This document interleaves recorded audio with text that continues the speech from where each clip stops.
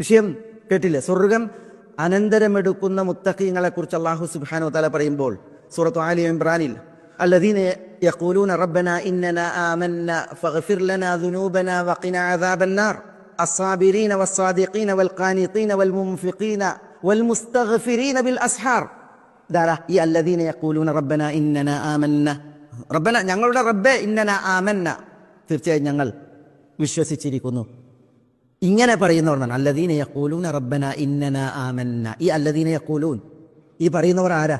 അത് തൊട്ടുമ്പ് ആയത്തിൽ പറഞ്ഞിട്ടുണ്ട് കുൽ അഉനബ്ബിഉകും ബിഖൈരിൻ മിൻ ദാലികും ലില്ലദീന തഖൗ ഇൻദ റബ്ബിഹിം ലഹും ജന്നാത്ത്. തഖ്വയുള്ളവരായി ജീവിച്ച് സ്വർഗം അനന്തരം എടുക്കുന്ന ആളുകൾ അവരാണിവർ. അവരെന്താ ദുനിയാവിൽ പറഞ്ഞിരുന്നത്? റബ്ബന ഇന്നന ആമന്ന ഫഗ്ഫിർ ലനാ ദുനൂബനാ വഖിനാ അദാബന്നാർ.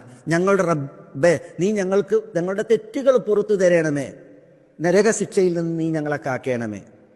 എന്നിട്ട് അവരുടെ ഗുണഗണങ്ങൾ പറയണം. അസ്സാബിരീന വസ്സാദിഖീന വൽഖാനിതീന വൽമുൻഫിഖീന വൽമുസ്തഗ്ഫിരീന ബിൽ അസ്ഹാർ. അവർ സഹറുകളിൽ ഇസ്തിഗ്ഫാർ നടത്തുന്നവരായിരുന്നു. അവർ ക്ഷമിക്കുന്നവർ, സത്യസന്ധർ, ചെലവഴിക്കുന്നവർ, ഇങ്ങനെ അവരുടെ വിശേഷണങ്ങൾ. പിന്നെ അവർ വൽമുസ്തഗ്ഫിരീൻ ഇസ്തിഗ്ഫാർ നിർവഹിക്കുന്നവർ, പാപമോചനത്തേട്ട് നടത്തുന്നവർ. എപ്പോൾ? ബിൽ അസ്ഹാർ, സഹറുകളിൽ. സഹർ എന്ന് പറഞ്ഞിട്ടുണ്ടെങ്കിൽ സഹറിലാണ് സുഹൂർ, സഹൂർ ഇടയത്തായം കഴിക്കുന്ന സമയം, ഫജ്റിന് മുമ്പുള്ള ആ യാമങ്ങൾ, അവിടെ ഇസ്തിഗ്ഫാർ നടത്തുന്നവരായിരുന്നു അവർ എന്നാണ് അല്ലാഹു സുബ്ഹാനഹു വ തആല പറയുന്നത്.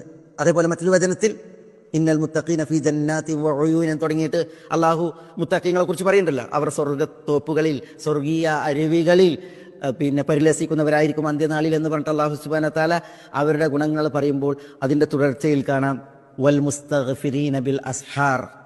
അവർ സഹറുകളിൽ ഇസ്തിഗ്ഫാർ നടത്തുന്നവരായിരിക്കുമെന്ന് പറയുന്നുണ്ട്. സഹറുകൾ എന്ന് പറഞ്ഞാൽ ഈ സമയം, അവിടെ അള്ളാഹുവിനോട് ഇസ്തിഗ്ഫാർ നടത്തുന്നവർ.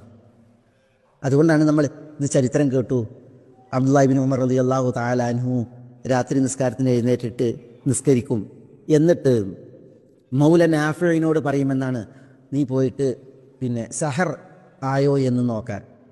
അന്ന് വീടുകളിൽ ആ സമയം അറിയാനുള്ള സംവിധാനങ്ങളില്ല. പിന്നെ പുറത്തു ഇറങ്ങി മാനം നിരീക്ഷിക്കുകയേ നിർവാഹമുള്ളൂ. അതുകൊണ്ട് തന്നെ മൗല നാഫിഇനോട് ഇബ്നു ഉമർ റളിയല്ലാഹു അൻഹു പറയും, പോയി നോക്കാൻ സഹറിൻ്റെ സമയം ആയോ എന്ന്.